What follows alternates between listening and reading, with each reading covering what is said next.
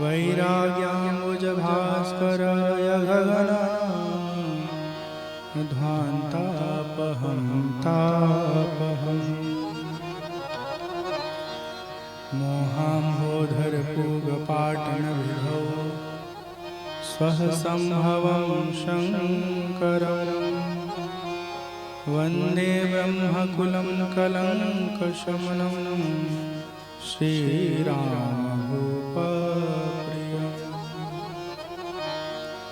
सान्द्रानन्दपयोदसौभगतनुं पीताम्बरं सुन्दरं पाणं बाणसरासनं कटिलसतूणीरभारं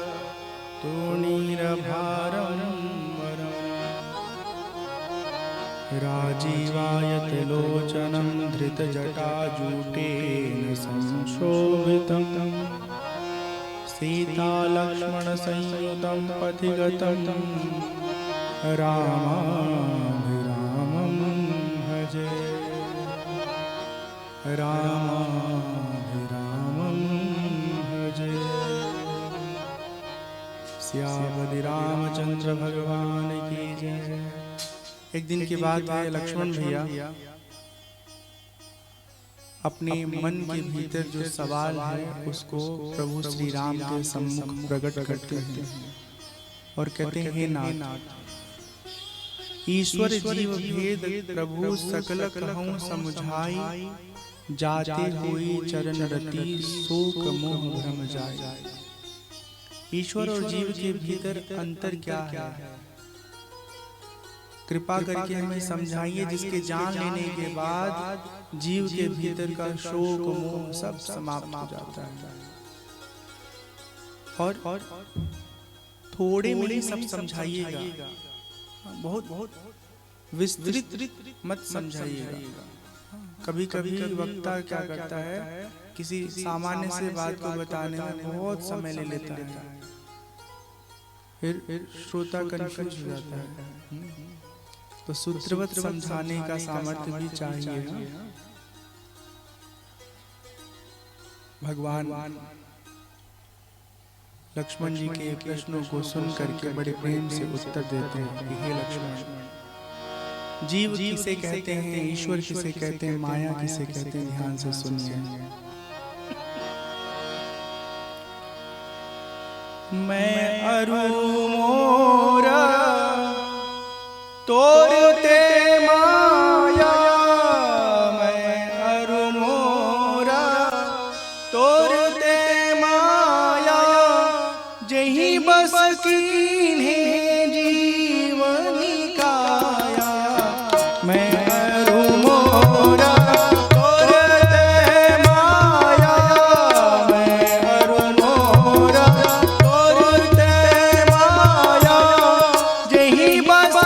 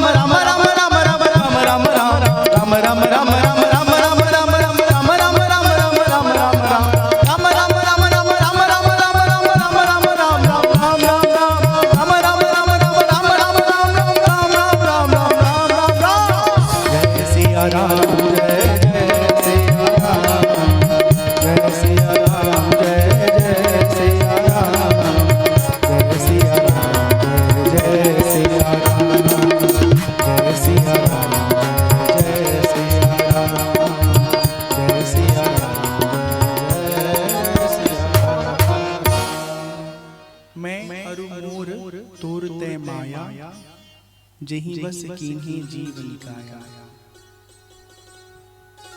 भगवान समझाते हैं लक्ष्मण जी को कि जो हम सबके भीतर भाव है ना,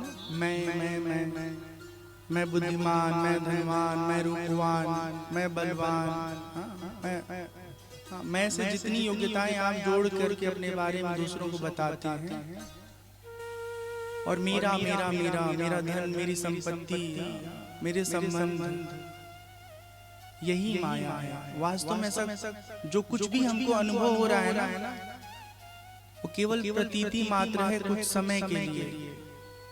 सत्य जो चीज होता है ना, वो हर काल में एक जैसा बना रहता है। यही सत्य की परिभाषा है, पहचान है। जो हर दिन बदल जाए, हर महीने बदल जाए, हर साल बदल जाए, वो सत्य नहीं है। सत्य क्या है? सत्य केवल अपना आत्म तत्व है। बचपन से लेके जीवन के आखिरी श्वास तक वो जो आत्म तत्व है ना, एक रस रहता है, कभी बदलता नहीं है। और जो देहियां है, जगत का वैभव है, ये हजार बार बदलता रहता है, घटता बढ़ता रहता है। आदमी दुब्बर से मोट हो जाए, फिर मोट से दुब्बर हो जाए। बस ये बात, छोट से लंबा और लंबा से छोट होल मुश्किल बा। भगवान इहो अगर सामर्थ्य दे दिल होते, हाँ, तो दुल्हा लंबा मिला तो के छोट कर देता, दुल्हन छोट मिला तो के लंबा कर देता। तो आज करवा चौथ, आप सबको ढेर सारी शुभकामनाएं। हमारे पिताजी यहाँ पहुँचे हैं, तो पिताजी को प्रणाम। हरिराम जी आए हैं, हरिराम शुक्ला जी बहुत अच्छा कथा सुनाते हैं, आपका स्वागत है। तो हम लोग समझ रहे थे कि जो मेरा है, जो मैं अहंकार है, जो हमारी ममता है, यही माया है।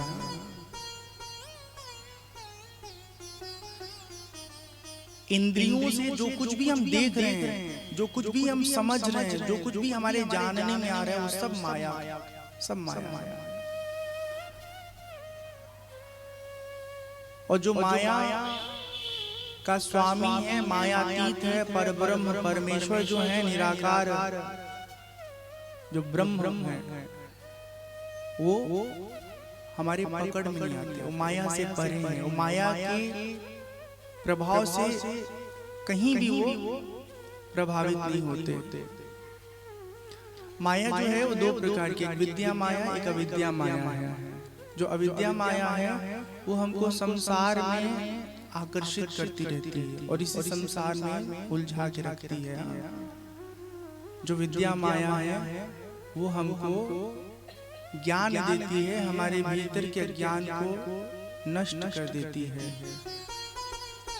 अब अविद्या माया को पाने के लिए कुछ करना नहीं है, ये जन्म से ही हमको प्राप्त है। लेकिन विद्या माया का जो स्वरूप है, उसे पाने के लिए हमको उपासना करना पड़ेगा, आराधना करना पड़ेगा। माँ दुर्गा का, काली का, पार्वती जी का, लक्ष्मी जी का, सरस्वती मैया का। तब उनकी कृपा से अविद्या हमारे जीवन का नष्ट होता है। ये जो अविद्या माया वो दुख रूप है। अविद्या माया भवसागर से पार कराने वाले में अत्यंत सहयोगी सिद्ध होती है। भगवान यहाँ कहते हैं कि जो ईश्वर है ना, वो मोह माया संसार के व्यवहार से एकदम परे है।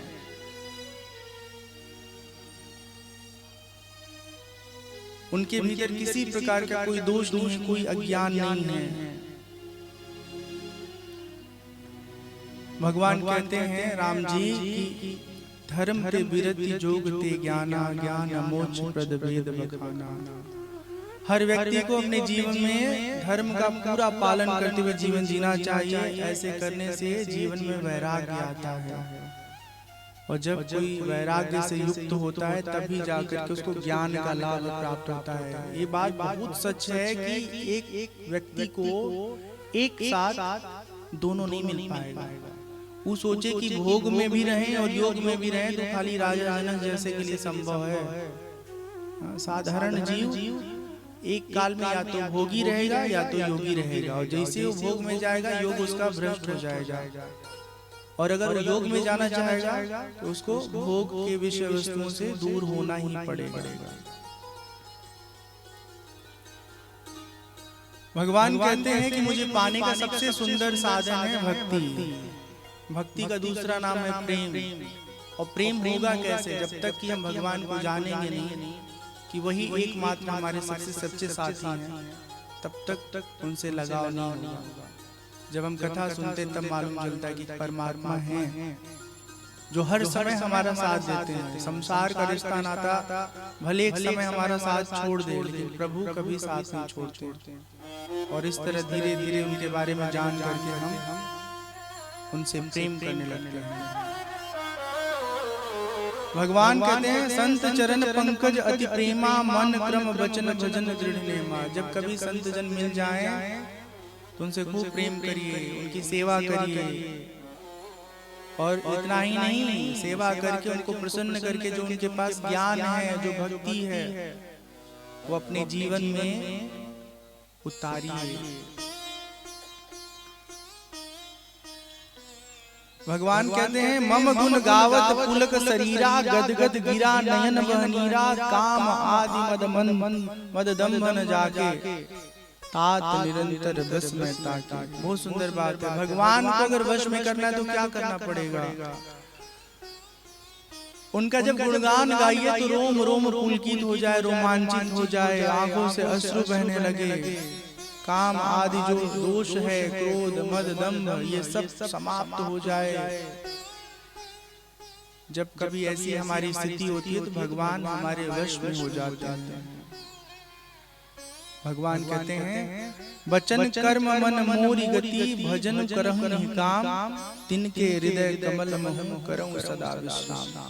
जो मनसा वाचा कर्मणा निष्काम भाव से हमारी भक्ति करता है। निष्काम भाव मतलब भगवान से प्रेम करना, भगवान को पूजना, भगवान को पाने के लिए प्रार्थना करना, लेकिन भगवान से कुछ न चाहना। ये बहुत अच्छी भक्ति की स्थिति है। जब हम भगवान से मांगते हैं ना तो जीवन में सब कुछ मिल जाता है, लेकिन हम स्वार्थ के वशीभूत भगवान को नहीं मांगते। कहते भगवान आप जहाँ वहीं रहिए, अगर हमारे घर आ गए तो रोज सुबह से हम आपकी सेवा में फंस जाएंगे, अपना काम हमारा पड़ा ही रह जाएगा। इसलिए आप खाली हमारी जरूरतें पूरी कर दीजिए। इस तरह से सारी बातें लक्ष्मण जी को समझाते हैं। लक्ष्मण जी बहुत प्रसन्न होते हैं।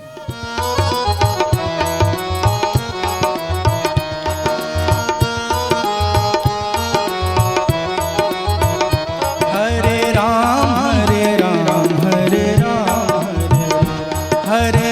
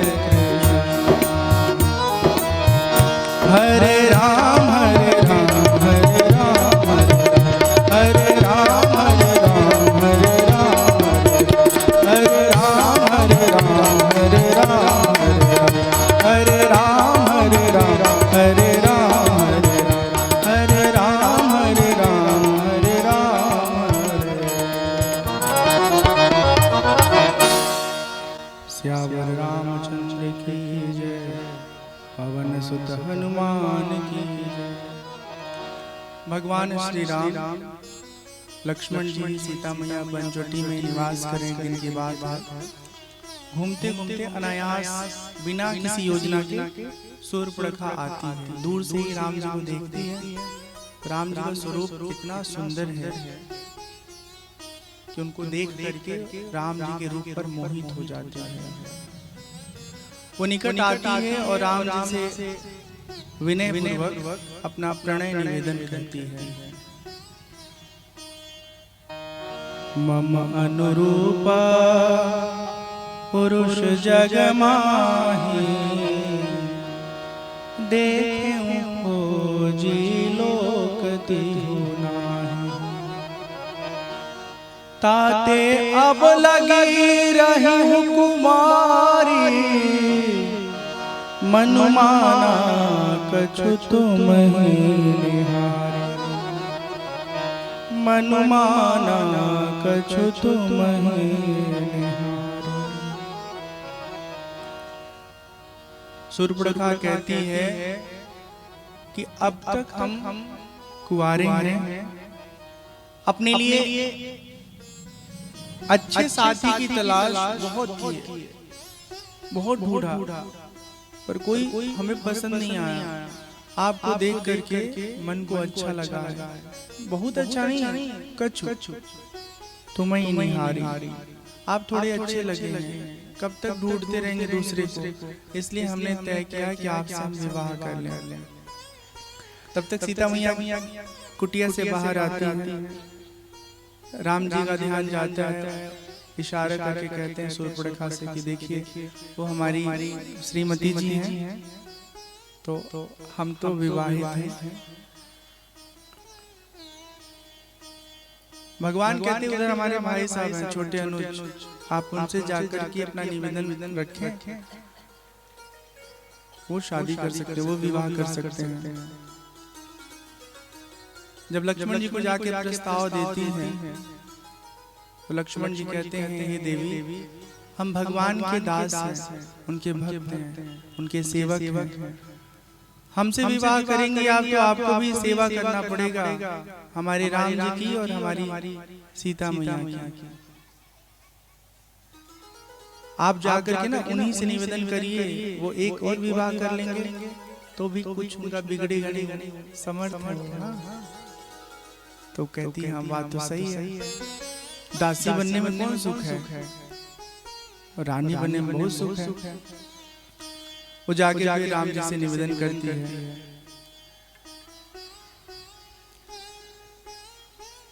राम जी के समक्ष जाकर के वो जब कहती है तो भगवान राम फिर उसको लक्ष्मण के पास भेज देते हैं। कहते हैं कि हम तुमसे विवाह नहीं करेंगे, हम एक ही विवाह किए हैं और वही करके रखेंगे, दोबारा विवाह नहीं करेंगे। लक्ष्मण के पास जाके कहती है आपके भैया विवाह नहीं करेंगे, आप भी कर लीजिए, आप भी अच्छे गोरे हैं, अच्छे लग रहे हैं। तो लक्ष्मण जी कहते हैं तुमसे कौन विवाह करेगा, कौन विवाह करेगा तुमसे, जिसके हृदय में तनिक भी लज्जा न हो, शर्म न हो, वही तुमको जीवन संगिनी बनाएगा। अब ऐसा सुनते ना वो बहुत नाराज होती है, क्रोधित हो जाती है। हमसे विवाह नहीं करोगे, जानते हो मैं कौन हूं, भयंकर रूप बनाती है। और सीता मैया देखती है तो देख के डर जाती है, ये कहां से आफत आ गए भगवान। राम जी देखते हैं कि जानकी जी डर रही हैं, लक्ष्मण से कहते हैं लक्ष्मण ये बहुत निसंकोची है ना, हाँ इसको तनिक भी संकोच नहीं है, शर्म नहीं है, इसको कोई बात कहो तो सुन नहीं रही है और शर्म हया तो है नहीं, इसको दंड दो। लक्ष्मण जी अपने तरकस से बाहर निकालते हैं और उसका नाक और कान काट देते हैं। उसके नाक कान रास्ते बहुत खून निकलता है और वो बहुत नाराज होती है, कहती है छोड़ूंगी नहीं, तुम दोनों को जरूर कठोर से कठोर सजा दिलाऊंगी, तुम जानते नहीं हो मैं कौन हूं।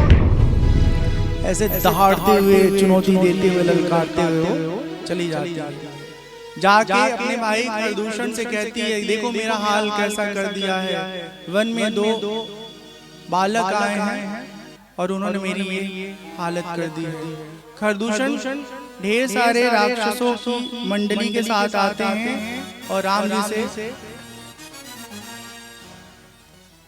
लड़ने के लिए उनके सामने आके खड़े हो जाते हैं। लेकिन जब राम जी का रूप देखते हैं, लक्ष्मण जी का रूप देखते हैं, तो खरदूषण कहते हैं, आप लोग हमारे बहन का स्वरूप बिगाड़ दिए हो, लेकिन इतने सुंदर हो कि आपका वध मैं नहीं करना चाहता। इस सृष्टि में इतने सुंदर आप दोनों हैं कि अगर आपको मार देंगे तो लोग आपके सौंदर्य से वंचित रह जाएंगे। बस एक काम करिए, आपके साथ जो स्त्री है इसे दे दीजिए और आप लोग यहाँ से चले जाइए। भगवान धनुष बाण उठाते हैं और युद्ध करते हैं, अपने प्रहार से खरदूषण का वध करते हैं, उसकी सारी सेना को समाप्त कर देते हैं। सबके सब मुक्त हो जाते हैं भगवान के हाथों मर करके।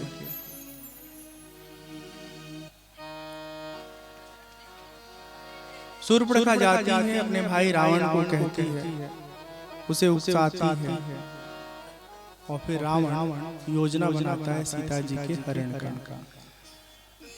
मारी चाहते हैं स्वर्णमृग बन करके, सीता जी का ध्यान जाता है, वह निवेदन करती है प्रभु राम से कि देखिए कितना सुंदर स्वर्णमृग है, उसे पकड़ के लाइए। धनुष बाण लेकर के राम जी उसके शिकार के लिए चल देते हैं।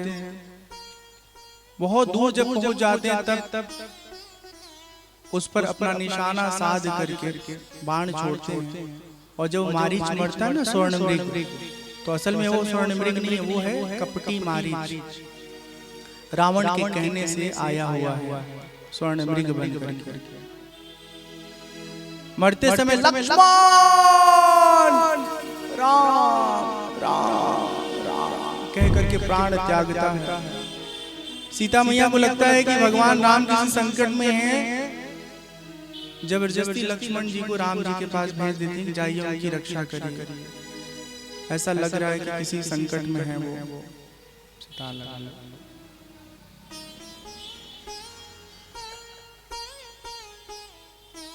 सीता मैया कुटिया में अकेली है। इसी बीच रावण अपना स्वरूप बदल करके साधु के रूप में आता है और कहता है भिक्षाम दे। माँ जानकी के कानों में आवाज पहुंचता है, वो बाहर निकलती है, देखती हैं और फिर कुटिया के अंदर जाती है। जो कुछ उनके पास सेवन करने योग्य वस्तु है वो पात्र में लेकर के आती हैं और रावण को देने लगती हैं। रावण कहता है इस रेखा के भीतर से हम नहीं लेंगे, रेखा के बाहर आके दीजिएगा, तभी आपका दिया हुआ हम ग्रहण करेंगे।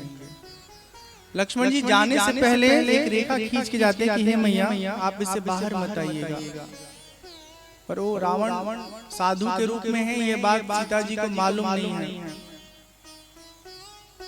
उसकी भूख मिट जाए ये सोच करके रेखा के बाहर आती है और उसको फल आदि प्रदान करती है। लेकिन जैसे ही बाहर आती है वैसे ही रावण सीता जी को उठा के रथ में बिठा लेता है और अपना असली रूप प्रकट कर लेता है।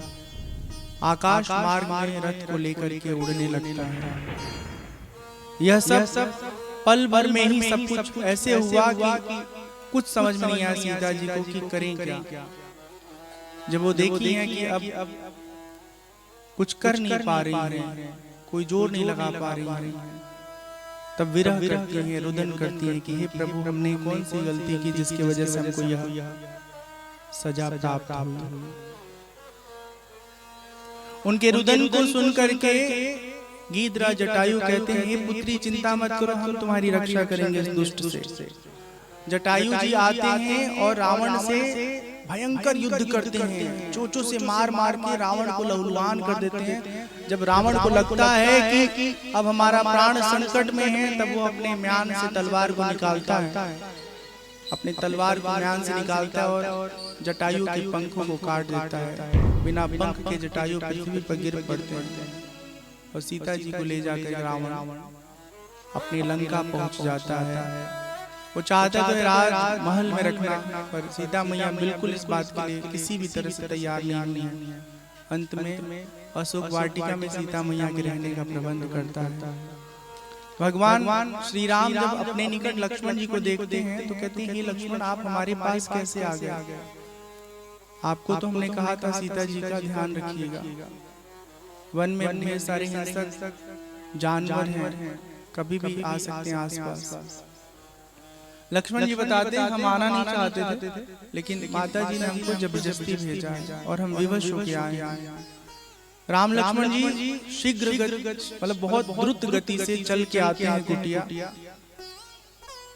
कुटिया के आसपास। कुटिया के भीतर जब सीता मैया नहीं मिलती तो चारों तरफ ढूंढते हैं और अंत में जब कहीं वो नहीं मिल पाती हैं तो पेड़ों से, पौधों से, लताओं से भगवान रो रो के पूछते हैं, क्या आपने सीता को देखा? हे खगमृग है मधुकर श्रेणी, तुम देखे सीता मृग। क्या आपने हमारी सीता को देखा है? उनके लक्षण बता रहे हैं, पूछ रहे हैं और खूब रुदन कर रहे हैं, रो रहे हैं। पूरन राम पूरन काम राम सुख राशि, मनुज चरित कर अज विनाशी। भगवान के भीतर कोई दुख नहीं है, कोई मोह माया नहीं है, कोई अज्ञान नहीं है, लेकिन जब मनुष्य रूप में भगवान लीला कर रहे हैं तो ऐसी अद्भुत लीला कर रहे हैं कि देख करके सब लोग दंग हो जाते हैं, भ्रमित हो जाते हैं। यही वह दृश्य था जिसको देख करके सती मैया को भ्रम हो गया कि क्या सच में ये परब्रह्म है या साधारण मनुष्य ही केवल है।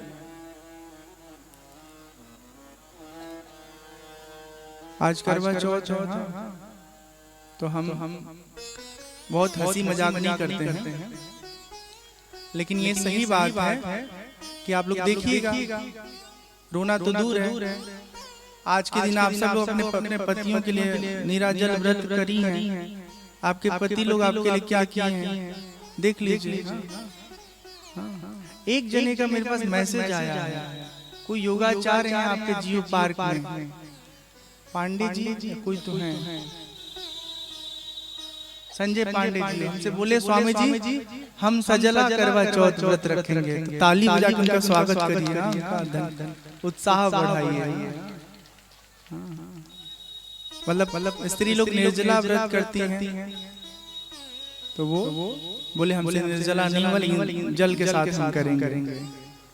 और क्यों अकेले आपके मर्द भी किए हैं, वाह बहुत बढ़िया, पतिदेव आपके किए हैं, बहुत बढ़िया। इससे होगा कुछ नहीं, लेकिन इमोशनल एक बहुत बड़ा सुखद एहसास हुआ कि हमारी वो पति हमारे खातिर रहा था।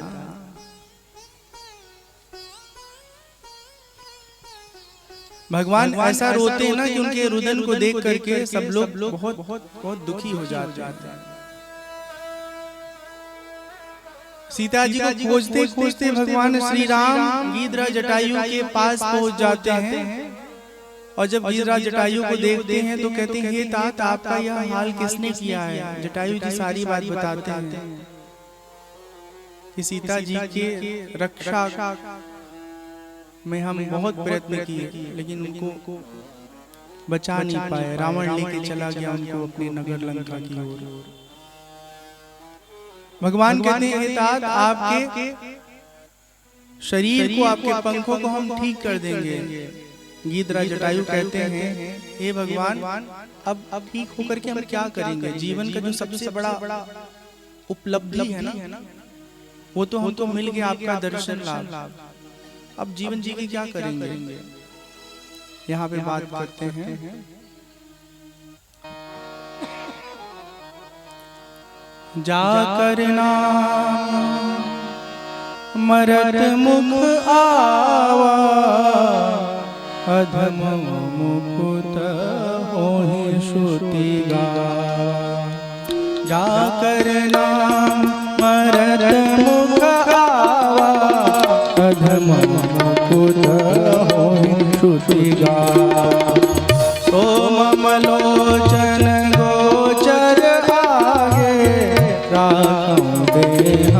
नाथ के आगे।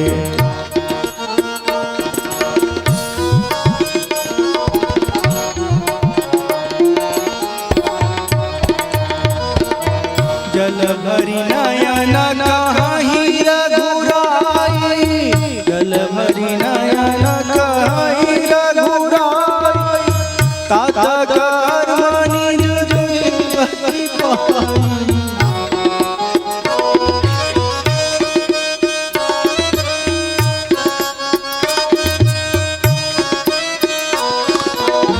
जल भरी नयन कहीं रघुराई, तात कर्मणि निज गति पाई।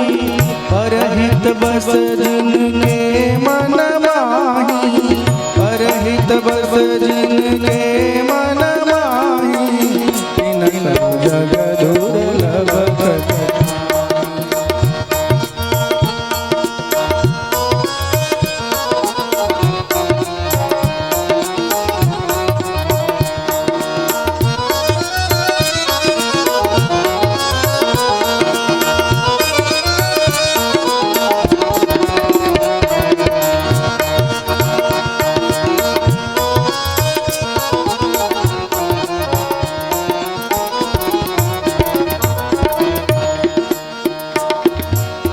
जय सिया राम, जय जय सिया राम, जय सिया राम, जय जय सिया राम, जय सिया राम, जय सिया राम, जय सिया राम, जय सिया राम, जय सिया राम।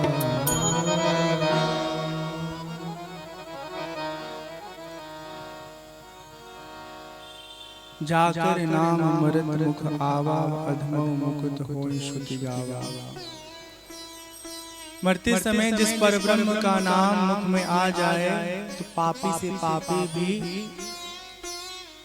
मुक्त हो जाता है। साक्षात परब्रह्म हमारे आंखों के समक्ष हैं आप। अब कोई और लालसा हमारे जीवन में नहीं है। गीधराज जटायु के वचनों को सुन करके भगवान भावुक हो जाते हैं, उनकी आंखों में जल आ जाता है, अश्रु आ जाता है। भगवान कहते हैं आप अपने कर्म से ही परम गति को प्राप्त कर लीजिए। यहाँ पे प्रभु श्री राम एक बहुत सुंदर बात कहते हैं, परहित बस जिनके मन माही, तिन कऊ जग दुर्लभ कछु नाहि। जो लोग परोपकार करते हैं, दूसरों की सहायता करते हैं, दूसरों की भलाई करते हैं, उनके इसी कर्म से उनका परलोक सुधर जाता है।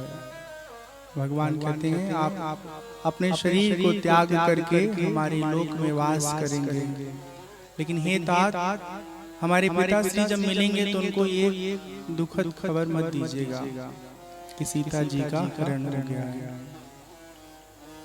जब रावण को मार करके हम भेजेंगे तो रावण खुद बताएगा कि उसने जो किया है उसको किस तरह से दंड मिला है।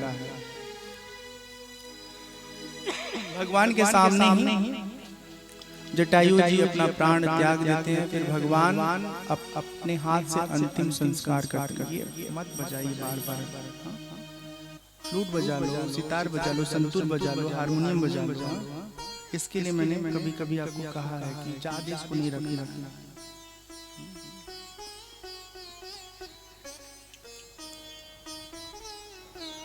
शिव जी पार्वती जी को कथा सुनाते हुए कहते हैं, हे पार्वती सुनो उमाते लोग अभागी, हरितज हो विषय अनुरागी, हरितज हो विषय अनुरागी। भगवान शिव कहते हैं वह लोग बहुत अभागे हैं जो परमात्मा को त्याग करके खाली संसार के ही पीछे पड़े हुए हैं। संसार में चाहे जितना भी आप चीजें प्राप्त कर लें, इससे परम विश्राम परम शांति नहीं प्राप्त होने वाली। इसलिए जरूरत की चीजों के लिए कोशिश करिए और बचे हुए समय में अपने समय का सदुपयोग करिए।